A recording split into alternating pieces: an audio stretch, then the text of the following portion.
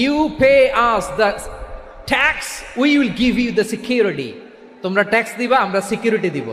বিষ্ণু ইসা ইসলাম যখন কোনো জনপদে যেতেন, তিনটা অপশন নিয়ে যেতেন। প্রিয় ভাইয়ের আওয়াজ করে বলতে হবে, কোন জনপদে গেলে আমার নবীর অপশন থাকতো কয়টা?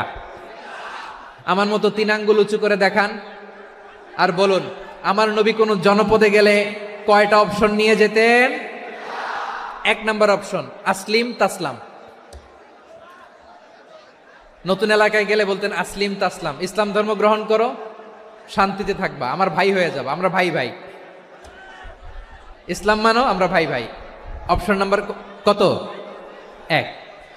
যদি বলে না ইসলাম মানবো না, ওকে, অপশন নাম্বার 2, মুসলিম হওয়ার দরকার নাই, লা ইকরাহা ফিদ্দিন, ইসলামে কোনো বাড়াবাড়ি নাই।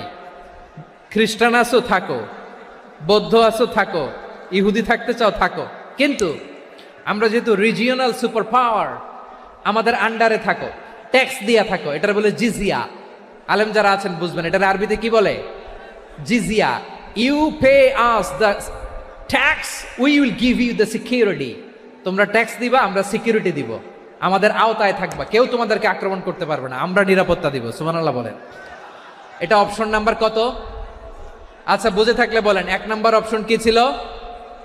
ইসলাম। ইসলাম মানো, শান্তিতে থাকবা, ভাই ভাই, আমরা ভাই ভাই। অপশন নাম্বার 2, ট্যাক্স দাও, আমরা নিরাপত্তা দিব, মুসলিম হওয়া লাগবে না।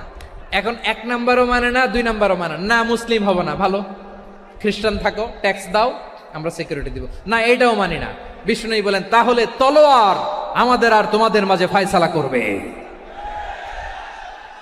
মুসলিমও হবো না, ট্যাক্স দিবা, নিরাপত্তা দিব, আমরা সুপার পাওয়ার, আমাদের আন্ডারে থাকবে, এইটাও না। তাহলে তোমাদেরকে তো আমরা বিশ্বাস করতে পারি না, কখন না কখন বিশ্বাসঘাতকতা করো, কার সাথে মিলে হাত মিলাও, তলোয়ার আমাদের মাঝে ফয়সালা করবে। তখন তিনি জেহাদের সশস্ত্র সংগ্রামের ঘোষণা দিতেন। সুবহানাল্লাহ পড়েন। দেখেন, পশ্চিমারা জেহাদকে এইভাবে চিত্রায়িত করে না। ওরা জেহাদ বলতে বুঝায় তলোয়ার, হাত কাটো, গলা কাটো, না, জেহাদ সশস্ত্র সংগ্রাম 3 নম্বরে। অধিকাংশ ক্ষেত্রেই বিশ্বনবীর সুন্দর আচরণ দেখে